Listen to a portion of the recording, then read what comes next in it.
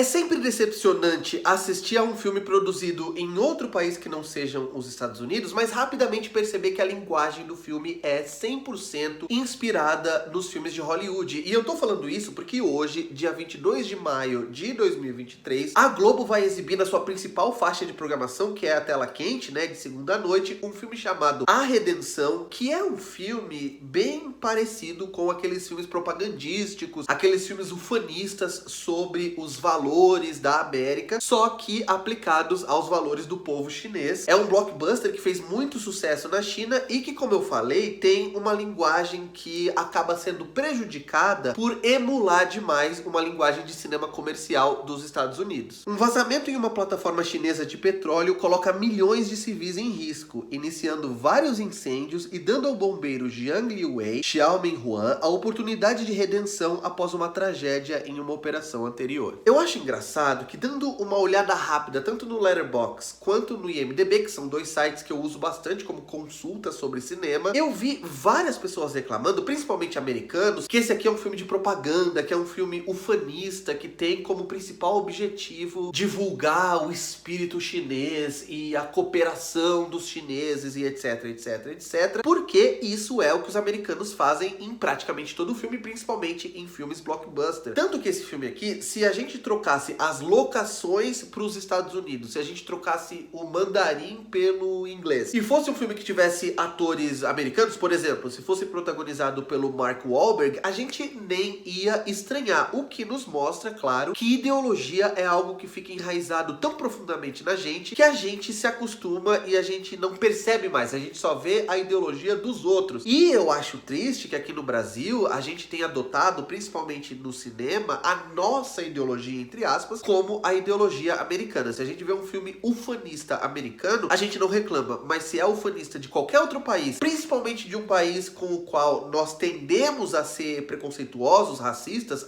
não. Aí tá errado, tem que parar tudo, porque esse é um filme de propaganda. Inclusive, se a gente pegar especificamente os valores chineses que esse filme tá tentando divulgar, que são o poder de cooperação, que são a capacidade de reconstruir a sua infraestrutura em tempo recorde e também o tanto que eles investem em tecnologia para que o país seja um país de ponta, são mais ou menos os mesmos valores que a gente vê em filmes, por exemplo, como os dirigidos pelo Peter Berg, protagonizados pelo Mark Wahlberg, como eu falei, como Horizonte Profundo, que inclusive também é sobre um vazamento em uma plataforma de petróleo, ou em O Dia do Atentado, que inclusive passou na Tela Quente algum tempo atrás, algumas semanas atrás. E o que eu acho interessante sobre A Redenção, e é engraçado que o título já é bem genérico, como um blockbuster americano mesmo, né? É que, de certa forma, o filme tem contradições que refletem as contradições da China contemporânea. Porque quando a gente pensa, por exemplo, né, lá nos anos 20, no cinema soviético, com o Dziga Vertov ou com o Eisenstein, que desenvolveram o conceito de montagem soviética, que influencia o cinema até hoje e que estava alinhado ali dentro do contexto do movimento de vanguarda do construtivismo russo, aqueles cineastas faziam filmes que, ao invés de terem um protagonista que era individual, ou seja, um protagonista cujo destino importava para o espectador mais do que o de qualquer outro personagem, aqueles diretores faziam filmes sobre coletivos. Então eram os tripulantes de uma embarcação que iam se revoltar contra a opressão dos seus donos ali, né, dos seus senhores, ou então os funcionários numa fábrica entrando em greve, ou seja, os protagonistas daqueles filmes, daquela experiência socialista lá da União Soviética, eram o povo soviético. Já no cinema americano, o que a gente vê normalmente são histórias muito mais individualistas, em que não importa quantas pessoas morram, não importa a catástrofe que esteja acontecendo, a linguagem do filme nos leva a torcer pelo destino do ou da protagonista, e se ele ou ela se dá bem no final, a gente sai do cinema se sentindo bem, se sentindo feliz. Um exemplo rápido seria O Resgate do Soldado Ryan. É um filme sobre a Segunda Guerra Mundial, em que a gente vê muita tragédia, em que a gente vê muita brutalidade, mas o que importa é aquela missão do protagonista vivido pelo Tom Hanks. E esse filme aqui traz, de certa forma, o melhor ou o pior, depende do ponto de vista, dos dois mundos, porque ele é um filme sobre o corpo de bombeiros, sobre as forças públicas chinesas. É um filme, inclusive, que sabe utilizar bem os planos gerais, que mostram muita gente cooperando junta. São aqueles filmes bem grandes, aqueles épicos épicos urbanos que tem muitos figurantes, mas ao mesmo tempo tem uma jornada muito individual, muito egocêntrica, para falar a verdade, do protagonista. Ou seja, ele tem algo para resolver, ele tem, e isso é típico do cinema americano, é um clichê inclusive do cinema de Hollywood, uma cobrança que é feita pelas pessoas e inclusive por ele mesmo, de uma culpa de algo que não foi culpa dele, mas que ele carrega de qualquer forma. E esse potencial desastre que pode matar milhões de pessoas vai funcionar no filme, na verdade, como um veículo para que esse cara tenha a redenção dele, e talvez seja daí que venha o título, e isso é algo muito americano e reflete de certa forma, talvez inconscientemente, uma sociedade estruturada em uma experiência socialista, mas que tem muitas das engrenagens do capitalismo convivendo ali ao mesmo tempo. Quando o filme tá focando nessas multidões, ou então nos incêndios, nos resgates, ele tem efeitos visuais que são de ponta, são efeitos visuais bonitos, são efeitos visuais convincentes, mas eu acho que tem um problema que é quando a câmera entra, entre aspas, naquelas tubulações, naqueles canos, para mostrar o caminho do petróleo, e aquilo é obviamente criado digitalmente, eu acho que os efeitos visuais são mais esquisitos. O filme tem o mesmo apelo de entretenimento que esses filmes americanos, como eu falei, como os do Peter Berg ou do Roland Emmerich, que é aquela coisa de o risco ser muito grande, de o mundo poder acabar, e a gente vai acompanhando missão após missão dos personagens. Mas tem outro problema que, na minha opinião, é ainda mais incontornável, que é o fato de que chega um momento em que o filme fica um pouco repetitivo. O roteiro acaba se limitando a um incêndio atrás de outro, atrás de outro, atrás de outro, vai escalando, um é maior do que o outro, mas eu acho que a história, que tem 2 horas de duração, acaba ficando um pouco repetitiva. O filme é uma tragédia? Eu não acho. Mas tirando a nacionalidade do filme de lado, dá pra dizer que ele é um filme bom? Eu diria que também não. É um filme